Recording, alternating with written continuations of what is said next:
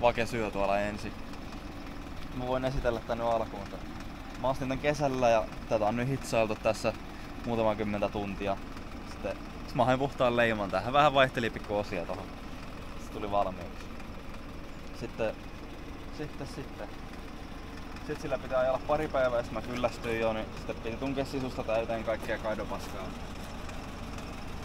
Siitä ehkä mieli vähän parani. Tuli vähän enemmän fiilistä. Sitten mä katsoin Facebookista, että satasella enkeit. Niin mä sitten itse asiassa toimitti mulle hallille nuo vanteet se myyjä ja sitten mä pistin ne pyörimään tohon noin. Meinasin menettää sormet siinä kun hioin niitä hiomapaperilla, mutta nyt ne on ihan tällaiset ok talviautoa.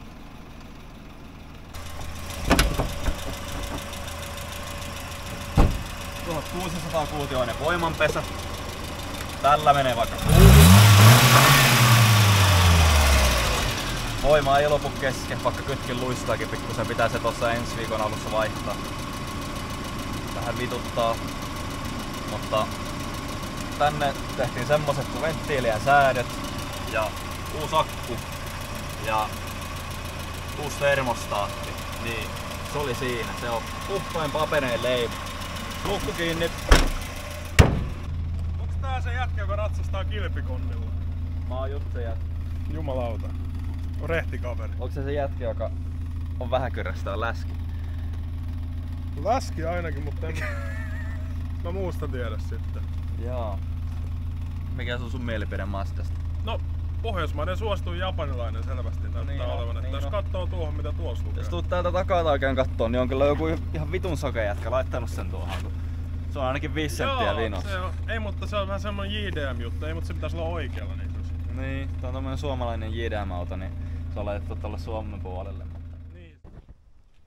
No, tuossa autossa on aivan kottikärrynpyörät alla. Sitten kun avataan penkki, niin tuolla on tommonen penkki, mihin vähänkyröläskin perse ei mahdu.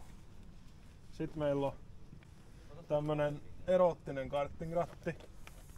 Kierrosajat paranee. AC-holderi, koska tunnetusti näissä on kaikissa ilmastointi. Ajohanskat.